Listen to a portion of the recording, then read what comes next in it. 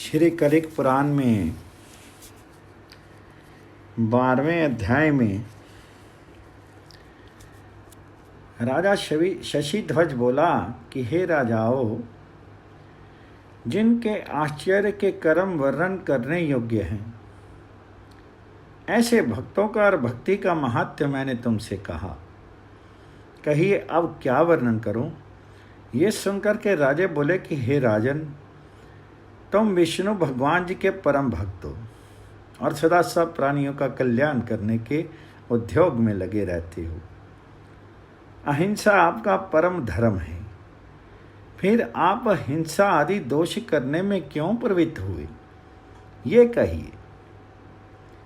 हमने देखा है कि प्रायः साधु पुरुष प्राणों से, बुद्धि से, धन से और वाक्य से विषय में लिप्त हुए जीवों का हित करते हैं।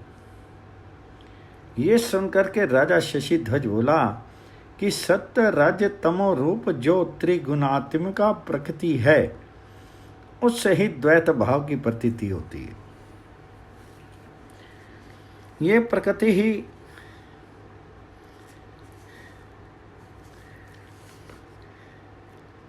काम रूपणी अर्थात संकल्प विकल्प रूप है। इस प्रकृति से ही चारों वेद और तीनों लोक उत्पन्न हुए हैं। जो विषयों की अभिलाषा करने वाले कामी पुरुष हैं, उनके लिए वेद ने त्रिलोकी के धर्म नियत करके अधर्म का नाश करने को भक्ति उत्पन्न कर दी है। वेद के परांगत वात्स्यायन आदि ऋषि और मनुष्य वेद की आज्ञा के अनुसार उन सर्वेश्वर विष्णु भगवान के अर्थ यज्ञ आदि करते हैं। मैंने भी उस वेद की आज्ञा के अनुसार धर्म कर्म करने में तत्पर होकर के युद्ध किया, अर्थात मैंने वेद के तात्पर्य के अनुसार आताई मारने को आते हुए शत्रु के साथ युद्ध किया। सब वेदों के तात्पर्य को जानने वाले परम चतुर वेद व्यास जी ने महाराज जी ने कहा है कि अवध्य अर्थात मारने के अयोग्य पुरुष का वध करने में जैसा पाप है, वध्य अर्थात मारने योग्य पुरुष की रक्षा करने में भी वैसा ही पाप होता है। ऐसा करने पर इतना अधर्म होता है कि जिसका प्रायश्चित नहीं हो सकता। इस कारण संग्राम में आपकी दुर्जय सेना का संहार करके धर्म सतयुग और कलिक जी को लेकर के चला आया। मेरे विचार में यह भक्ति ही सर्वोत्तम है। इस विषय में आपका क्या विचार है, सो कहो, तब मैं वेद की आज्ञा के अनुसार उत्तर दूंगा। सब जगह विष्णु भगवान ही हैं। ये सिद्धांत यदि ठीक है तो कौन किसका नाश करता है, अर्थात कोई किसी का नाश नहीं करता है और ना कोई नष्ट होता है। मारने वाला भी विष्णु रूप है और जो मारा जाता है वह भी विष्णु रूप है। इस कारण ना किसी ने मारा और ना किसी का वध हुआ। वेद की आज्ञा है कि युद्ध में और यज्ञ में वध करना हिंसा में नहीं गिना जाता।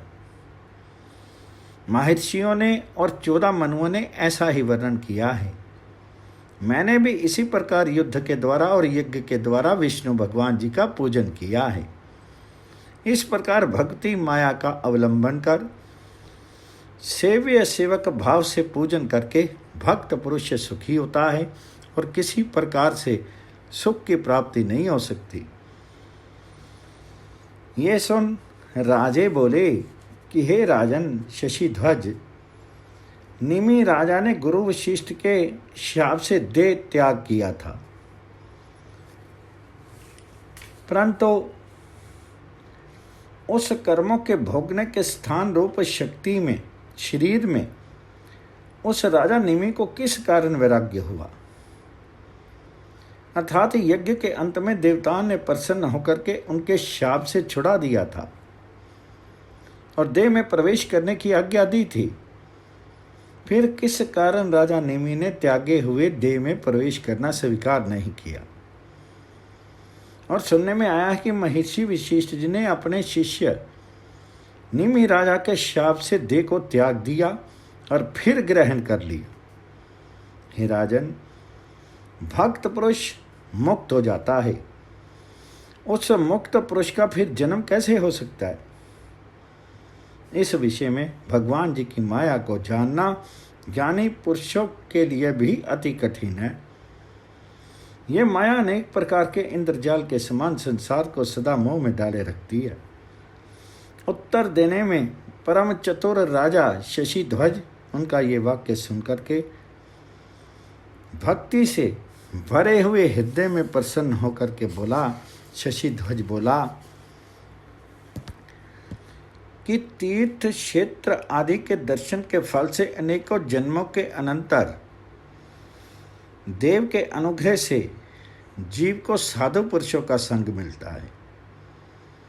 साधु पुरुषों का संग होने से ही ईश्वर का साक्षात दर्शन होता है। फिर वह भक्त पुरुष विष्णु लोक में जाकर के आदर युक्त चित्त से भगवान जी का भजन करता है। इस प्रकार जीव अनुपम वस्तुओं का भोग करके संसार में भक्त होता है। जो पुरुष रजोगुणी होते हैं वे नियम से कर्म अनुष्ठान करके सदा श्री हरि का पूजन करते हैं और सदा हरि नाम का गान करते हैं तथा सदा ही श्री हरि के रूप का स्मरण करते रहते हैं। भगवान के अवतारों की लीला करते हैं। एकादशी आदि हर एक वर्ष पर्व में व्रत धारण करते हैं, उत्सव करते हैं। भगवान जी की भक्ति और पूजन के कार्य में ही सदा आनंदित रहते हैं। ऐसे भक्त पुरुष इस प्रकार के शुभ कर्मों के फल प्रत्यक्ष भोगते हुए मुक्ति की भी इच्छा नहीं करते। भक्त पुरुष स्वर्ग के भोग को भी भोग करके फिर जन्म ग्रहण करके श्री हरि की भक्ति करते हैं। भक्त पुरुष भी श्री हरि के दूसरे रूप होते हैं। संपूर्ण क्षेत्र और तीर्थों को भी पवित्र करते हैं। सदा धर्म कार्य करने में तत्पर रहते हैं। सारा आसार पदार्थ को भली प्रकार जानते हैं और उसके ही सेव्य सेवक रूप दो मूर्ति हैं। जिस प्रकार भगवान श्री कृष्ण चंद्र जी का अवतार हुआ था उसी प्रकार उनके भक्त भी समय समय पर अवतार धारण करते हैं। इस प्रकार वह श्री कृष्ण भगवान जो भक्तों के नेत्रों में निमेष रूप से स्थित रहते हैं ये उनकी लीला मात्र है। वशिष्ठ जी ने जो मुक्त होकर भी शीत धारण किया उसका भी कारण यही है। हे राजाओं, ये भक्ति और भक्तों का महत्व मैंने तुमसे कहा। इसको सुनकर के तत्काल मनुष्य के संपूर्ण पाप नष्ट हो जाते हैं और श्री हरि की भक्ति बढ़ती है। इंद्रियों के अधिष्ठात्र देवताओं को सुख और आनंद की वृद्धि होती है। राग द्वेष आदि सब दोष दूर हो जाते हैं और माया मोह आदि का नाश होता है। त्रिलोकी के निवासी वेद व्यास आदि भक्तिमान मुनिगण वेद पुराण और अनेकों शास्त्रों की निर्मल व्याख्या रूप अमृत के समुद्र को मथ करके उसमें से निकले हुए संसार बंधन से छुड़ाने वाले अनन्य भक्ति रूप ताजे और स्वच्छ मक्खन को प्राप्त होकर के त्रिलोकी में श्री कृष्ण भगवान के समान हो गई। 12वां अध्याय पूर्ण हुआ। सोजे कहते हैं कि हे ऋषियों, प्रसन्न चित्त राजा शशिध्वज सभा में स्थित पुरुषों के समीप इस प्रकार अपना वृत्तांत वर्णन करके हाथ जोड़ करके कलिक भगवान से कहने लगे। राजा शशिध्वज बोला कि हे हरे, तुम त्रिलोकी के नाथ हो। ये सब राजे आपके आश्रित हैं और इन राजाओं को तथा मुझे आप अपना आज्ञाकारी समझिए। मैं अब मुनियों के प्रिय श्री हरिद्वार में तपस्या करने जाता हूँ। ये सब मेरे पुत्र पौत्र आदि आपके ही आश्रित हैं। आप ही इनका प्रतिपाल करेंगे। हे देव देव, मेरी जो इच्छा है वे आप जानते ही हैं। पहले अवतार में आपने जामवान और द्विध वानरों का वध किया था, वह भी आपको स्मरण ही है।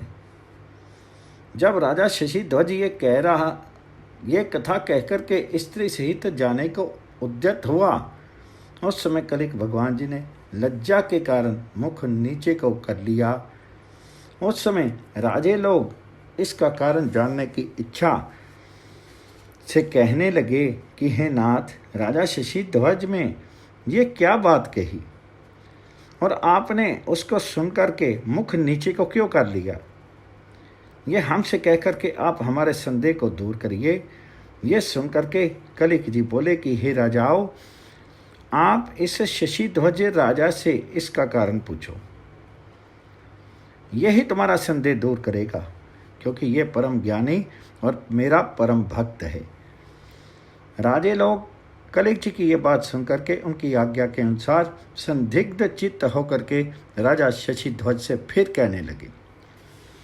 राजे बोले कि हे शशिध्वज, आप परम बुद्धिमान और राजा हो। तुमने इस समय क्या बात कही और तुम्हारी बात को सुनकर के कलिक जी ने मुख नीचे को क्यों कर लिया? ये सुनकर के राजा शशिध्वज बोला कि पहले जिस राम अवतार हुआ था तब लक्ष्मण जी ने मेघनाथ को मारा था। मैं लक्ष्मण जी के हाथ से मरने के कारण दारुण राक्षस योनि से छूट गया। अग्निशाला में ब्राह्मण मेघनाथ का वध करने के कारण लक्ष्मण जी के शरीर में एकाएक ज्वर प्रवेश कर गया। उससे लक्ष्मण जी को मूर्छा आदि होने लगी। अश्विनी कुमार के वंश में उत्पन्न हुए वैद्यवर द्विध नामक वानर ने लक्ष्मण जी को अति व्याकुल देख करके एक मंत्र सुनाया और उस मंत्र को लिख करके तत्काल श्री रामचंद्र जी के सामने ऊपर के स्थान में स्थित होकर के लक्ष्मण जी को दिखाया। लक्ष्मण जी उस मंत्र लिखे हुए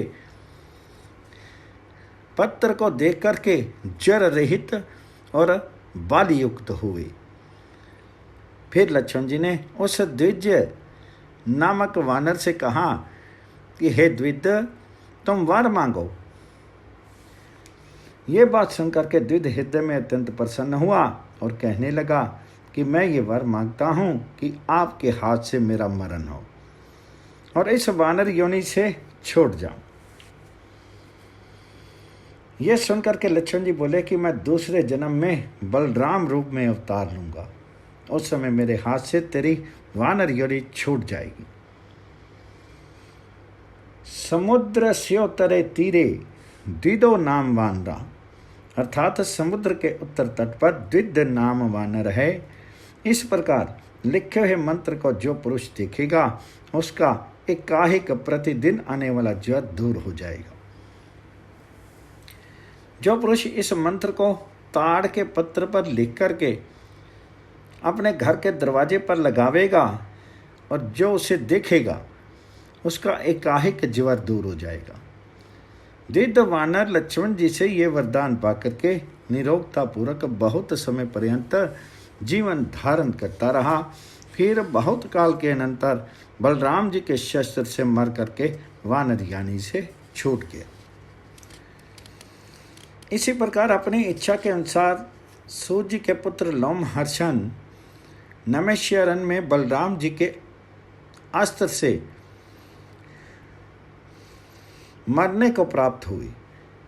हे राजाओं, पहले जिस समय विष्णु भगवान जी ने वामन अवतार धारण किया था, उस समय जब उन्होंने अपने 3 चरणों से संपूर्ण त्रिलोकी को नाप लिया था, तब जामवान ने उनके ऊपर को उठे हुए चरण की परिक्रमा की थी। वामन भगवान जी ने मन को समान उसका वेग देख करके हृदय में विस्मय मान करके कहा था कि हे ऋक्षपते, तुम बड़े बलवान हो, मुझसे वरदान मांगो। ब्रह्मा जी के इस अंश से उत्पन्न हुआ जामवान ये बात सुनकर के प्रसन्न हुआ और बोला कि मुझे ये वरदान दो कि आपके चक्कर से मेरा मरण हो।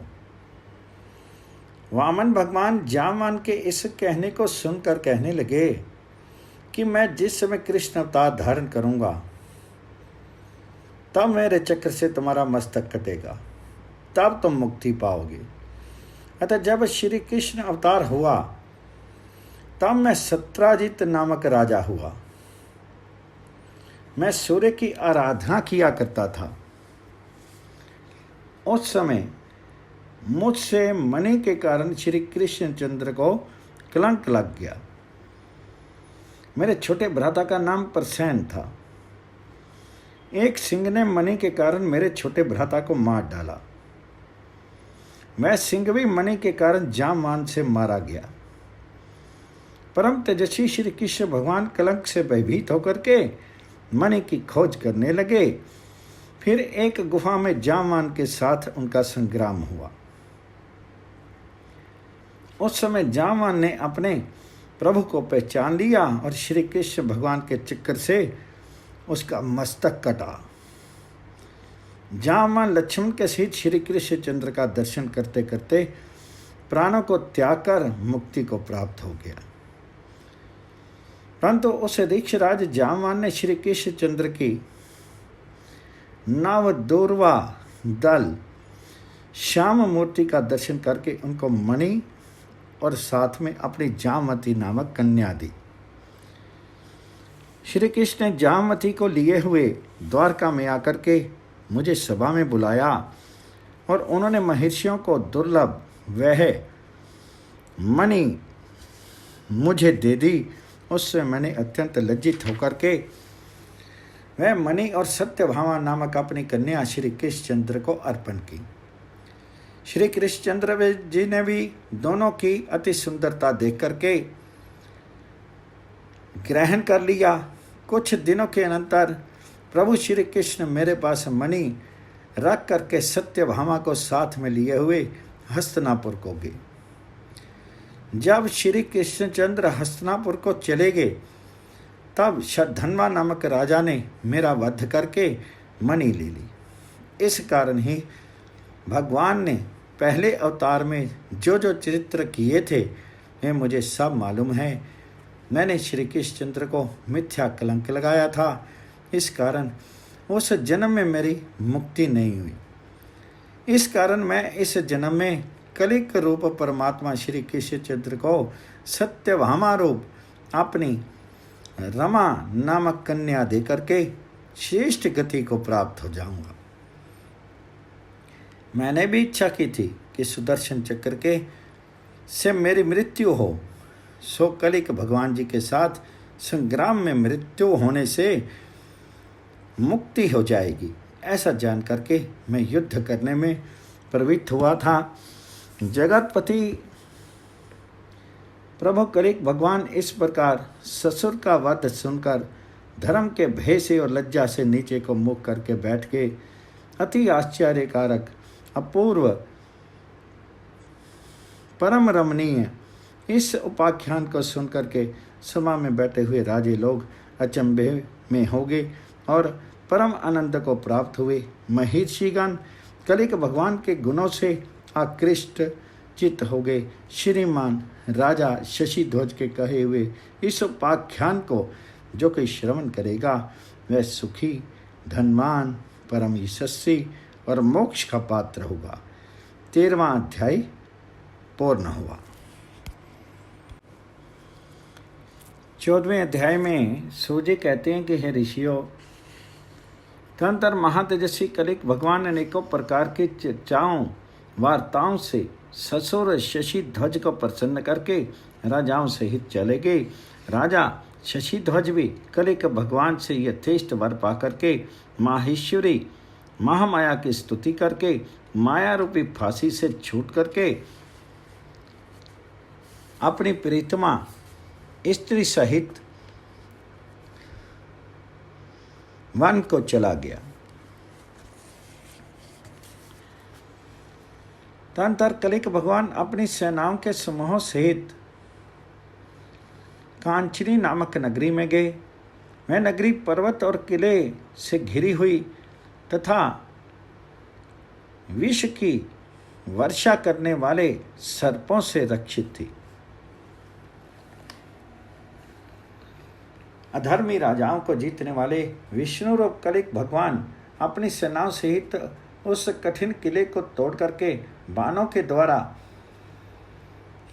विष की वर्षा करने वाले सर्पों का संहार करके उस नगरी में घुस गए और देखा कि वह पूरी अनेकों प्रकार की मणि और स्वर्ण की ढेरियों के समान शोभायमान थी। उस नगरी के हर एक स्थान में नाग कन्या रहती थी। बीच बीच में कल्प वृक्ष शोभा पा रहे थे, परंतु वहाँ मनुष्य एक भी नहीं था। करीब भगवान ये संपूर्ण अद्भुत वृत्तांत देखकर हंसते हुए राजाओं से कहने लगे कि देखो, ये सर्पों की पुरी है और कैसी रमणीय है। ये स्थान मनुष्यों को भयदायक है। इसमें केवल नाग कन्या रहती है। कहो, इस नगरी में आगे को चले या नहीं। लक्ष्मीपति प्रभु श्री हरि और राजाओं में ने सम्मति की, परंतु इस विषय में क्या करना चाहिए सो निश्चय नहीं कर सके। तब तो चिंता करने लगे। इस समय आकाशवाणी हुई कि इस नगरी में सेना सहित प्रवेश करना उचित नहीं, क्योंकि इसके भीतर रहने वाली विष कन्या की दृष्टि पड़ते ही एक आपको छोड़ करके सबका प्राणांत हो जाएगा। कलिक भगवान ऐसी आकाशवाणी को सुनकर के शीघ्र ही हाथ में तलवार ले घोड़े पर सवार हो गए और शुक को साथ में लेकर के अकेले ही चल दिए। कुछ दूर जाकर के वीर कलिक भगवान ने एक अपूर्व कन्या देखी, जिसको देखकर के धैर्यवान ज्ञानियों का भी धैर्य जाता रही। वह परम रूपवती कन्या रमानाथ कलिक भगवान को देख करके कहने लगी। विष कन्या बोली कि इस जगत में बड़े बड़े पराक्रमी सैकड़ों राजे तथा और भी अनेकों मनुष्य मेरे दृष्टिपात से क्षीण शरीर होकर के काल के गाल में चले गए। इस कारण ही मैं अत्यंत दुखी हूँ, क्योंकि मुझे देवता, दैत्य, मनुष्य आदि किसी के साथ अपना प्रेम होने की आशा नहीं है। इस समय मैं आपके दृष्टिपात रूप अमृत से सींची हुई हूँ। मैं आपको नमस्कार करती हूँ। इस संसार में मैं विष दृष्टि दीना और अत्यंत दुर्भाग्यवती हूँ। आपकी दृष्टि अमृत के समान है। मैंने ऐसी कौन तपस्या की थी जिससे आपके साथ समागम हुआ। यह सुनकर कलिक भगवान बोले कि हे शुश्रोणी, तो कौन है, किसकी कन्या है, तेरी ऐसी दशा किस कारण से है, तूने ऐसा कौन सा कर्म किया था जिससे तेरी दृष्टि विष बरसाने वाली हो गई। यह सुनकर के विष कन्या बोली कि हे महामते, मैं चित्रग्रीव नामक गंधर्व की स्त्री हूँ। मेरा नाम सुलोचना है। मैं अपने पति के चित्त को परम प्रसन्न रखती थी। एक समय मैं अपने पति के साथ विमान में बैठ करके गंधमादन की कुंजों में गई और एक पत्थर की शिला पर बैठ करके विहार आदि करने लगी। उस समय मैंने तहाँ यक्ष मुनि को विकृत और आतुर देख करके रूप यौवन के गर्व से कटाक्ष पात्र करके उपहास्य किया। महर्षि यक्ष मुनि ने मेरे मुख से उन तिरस्कार युक्त अप्रिय उपहास के वचनों को सुनकर के क्रोधित हो मुझे शाप दे दिया। उस शाप से ही मैं विष दृष्टि हो गई हूँ। तदनंतर मुझे सर्प की रक्षा की हुई, इस कांचनी नामक नगरी की नागनियों में डाल दिया। अत्यंत भाग्यहीन मैं पति से हीन होकर के दृष्टि से विष वर्षाती हुई यहाँ अकेली ही रहती हूँ। मैं नहीं जान सकती कि मैंने ऐसी कौन सी तपस्या की थी जो मुझे आपका दर्शन हुआ। आपके दर्शन से अब मैं शाप से छूट गई और इस समय मेरी दृष्टि भी अमृत वर्षणी हो गई। अब पति के पास जाती हूँ, देखो कैसा आश्चर्य है। साधु पुरुषों की प्रसन्नता की अपेक्षा शाप अधिक कल्याण करता है, क्योंकि ऋषि का शाप होने के कारण शाप से छूटते समय मुझे आपके चरण कमलों का दर्शन हुआ। मैं विषकन्या इस प्रकार बातें करके सूर्य के समान तेजो युक्त विमान में बैठ करके स्वर्गलोक को चली गई और कलिक भगवान ने महामती नामक राजा को उस कांचनपुरी का स्वामी बना दिया। महामती का पुत्र अमर्ष हुआ, अमर्ष का पुत्र धीमान शास्त्र नामक हुआ, उसका पुत्र परम सिद्ध असी नामक हुआ, जिसके वंश में बृहनल नाम वाले राजाओं की उत्पत्ति हुई। उस राज सिंह को मरु को अयोध्यापुरी का राज तिलक देकर के श्री हरि मुनियों को साथ में लिए हुए मथुरापुरी में गए और उन महाप्रभु ने राजा सूर्यकेतु को उस मथुरापुरी के राज्य में अभिषिक्त कर दिया। फिर वारणाव्रत में गए, तहाँ दिवापी को राजा बना करके उसको अरिस्थल, वृक्षस्थल, माकंद, हस्तिनापुर और वारणाव्रत इन 5 देशों का स्वामी बना श्री हरि संबल को चले आए। फिर भ्रातवत्सल श्री हरि ने कवि को, सौम्य प्राज्ञ को पौंड्र और समंत को पुलिंद तथा मगध देश दे दिया। तदनंतर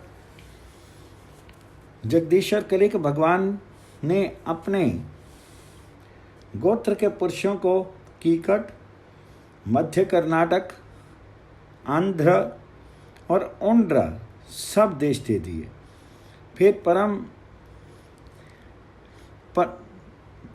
प्रतापी कलिक भगवान ने अपने आप संबल ग्राम में निवास करके विशाख युग को कंक देश और कपाल देश दे दिया।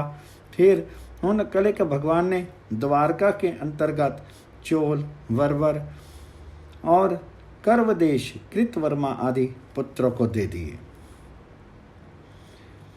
और परम भक्ति पूर्वक पिता को धन और रत्न दिए।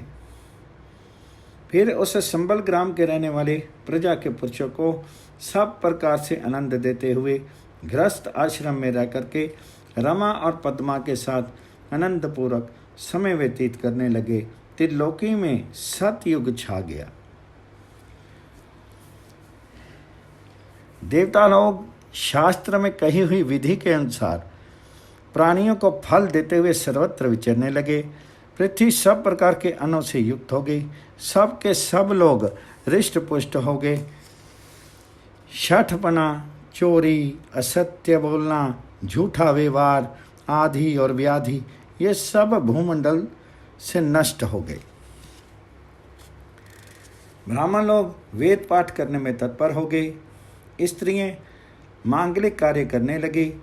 सदाचार परायण, व्रत धारण करने वाली पूजा, हवन आदि करने में तत्पर और पतिव्रतापन धारण करने वाली हो गई। क्षत्रिय लोग यज्ञ आदि करने लगे। वैश्य लोग विष्णु भगवान जी की पूजा करने में तत्पर होकर के धर्म के अनुसार धन का व्यवहार करके जीविका का निर्वाह करने लगे और शुद्ध लोग द्विजों की सेवा करने में तत्पर होकर के तथा श्री हरि की कथा का श्रवण, वर्णन तथा श्री हरि का पूजन करके काल यापन करने लगे। 14वां अध्याय पूर्ण हुआ।